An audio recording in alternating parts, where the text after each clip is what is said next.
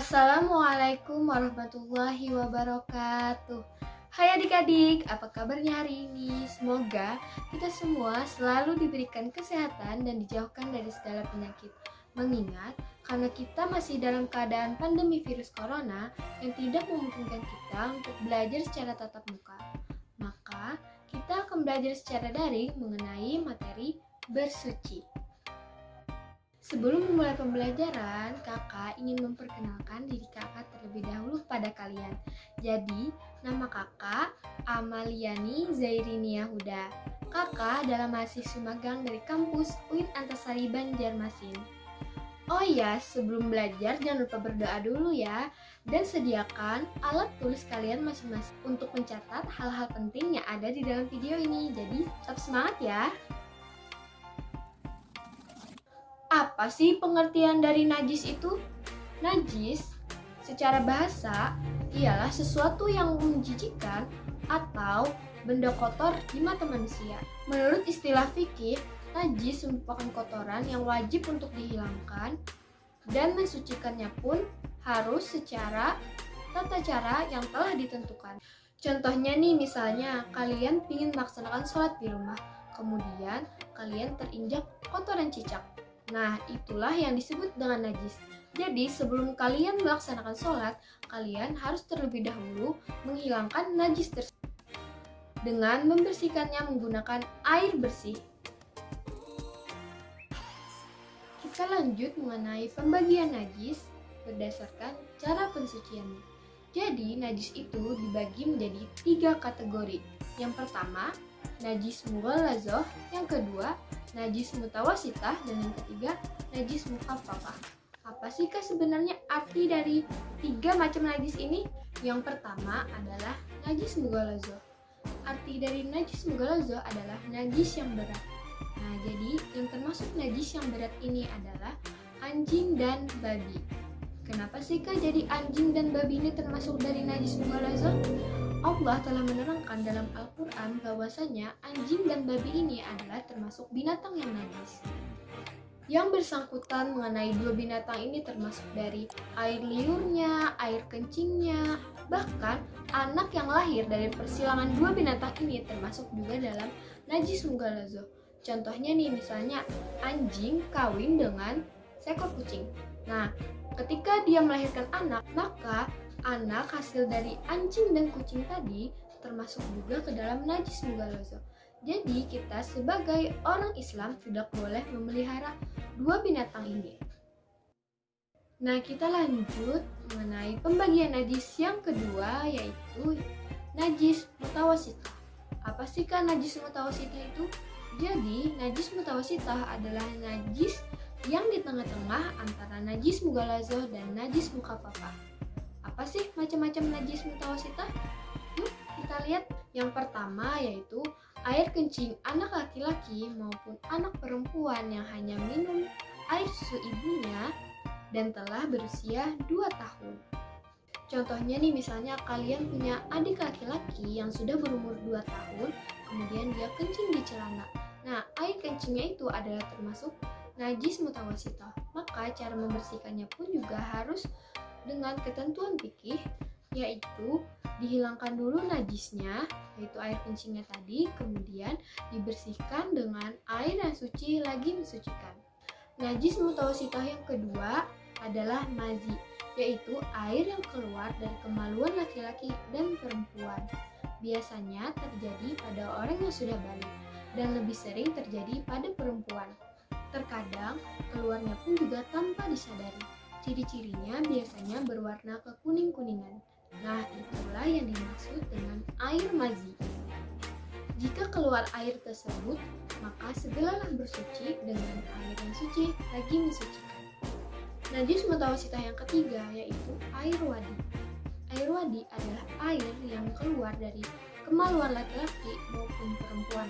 Biasanya air ini keluar setelah buang air kecil dan juga bisa terjadi pada orang yang sudah balik dan belum balik.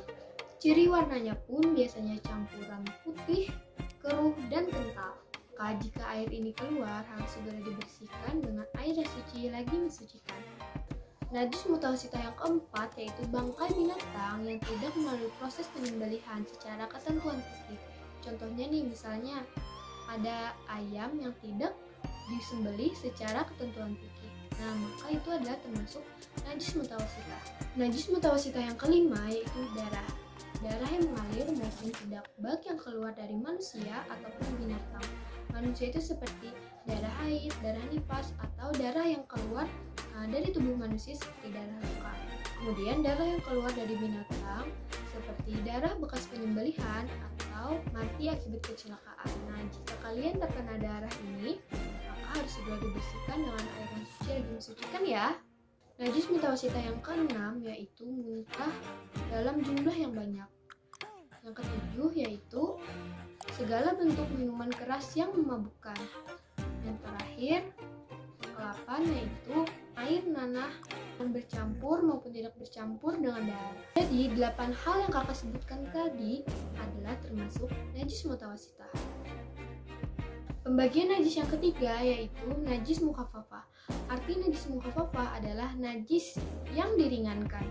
Contohnya seperti air kencing anak laki-laki atau anak perempuan yang hanya menyusu pada ibunya dan belum memasuki usia 2 tahun. Nah, jika anak laki-laki ini sudah memasuki usia 2 tahun, maka itu adalah termasuk najis mutawasita. Kemudian kita lanjut mengenai tata cara bersuci dari najis dengan menggunakan air. Yang pertama yaitu najis mughalladzah. Cara membersihkan najis mughalladzah, contohnya kalian terkena bekas jilatan anjing. Nah, jadi cara pertama yaitu bersihkan dulu jilatannya sampai air liurnya dan baunya tadi hilang. Kemudian yang kedua, menyiramkan air ke tangan sebanyak 7 kali dan salah satu airnya tadi ada air yang dicampur dengan tanah. Tanah yang disebut di sini ialah tanah yang suci dan tidak bercampur oleh kotoran. Misalnya nih, kalian menggunakan pasir, tetapi di dalamnya ada kotoran kucing. Nah, maka itu tidak bisa untuk membersihkan najis mughalladzah. Jadi, membersihkan najis mughalladzah ini harus menggunakan tanah yang bersih dan tidak bercampur dengan kotoran. Baiklah, kita lanjut yang kedua yaitu tata cara membersihkan najis mutawasita. Yang pertama, dibersihkan dulu sifatnya sehingga warna dan baunya tidak kelihatan dan tidak tercium lagi. Yang kedua, yaitu menggunakan air yang suci lagi mensucikan dengan mengalirkannya ke tempat atau benda yang terkena najis dan harus mengenai seluruh benda dan tempat yang terkena najis tadi. Yang ketiga, air yang disiramkan disyaratkan harus mengalir. Dan yang terakhir yaitu dikeringkan dengan kain atau benda lain yang suci. Nah, itulah tata cara membersihkan najis mutawasita. Kita lanjut yang ketiga, tata cara membersihkan najis mukhafafah. Yang pertama yaitu harus dihilangkan dulu sifatnya hingga bau dan warnanya tidak kelihatan dan tidak tercium lagi. Yang kedua, dibersihkan menggunakan air yang suci lagi disucikan dengan mempercikkan ke seluruh benda dan tempat yang terkena najis mukhafafah ini. Air yang dipercikkan harus mengenai semua tempat dan benda yang terkena najis. Air yang dipercikkan tidak disyaratkan hingga mengalir. Yang terakhir, dikeringkan dengan kain atau benda lain yang suci. Nah, itulah tata cara membersihkan najis mukhafafah. Jadi, kesimpulan pembelajaran hari ini adalah najis merupakan kotoran yang wajib untuk dihilangkan dan cara mensucikannya pun harus dengan menggunakan air yang suci lagi mensucikan. Pembagian najis ditinjau dari cara pensuciannya ada 3, yaitu yang pertama najis mughalladzah, yang kedua najis mutawasita, dan yang ketiga najis mukhafafah.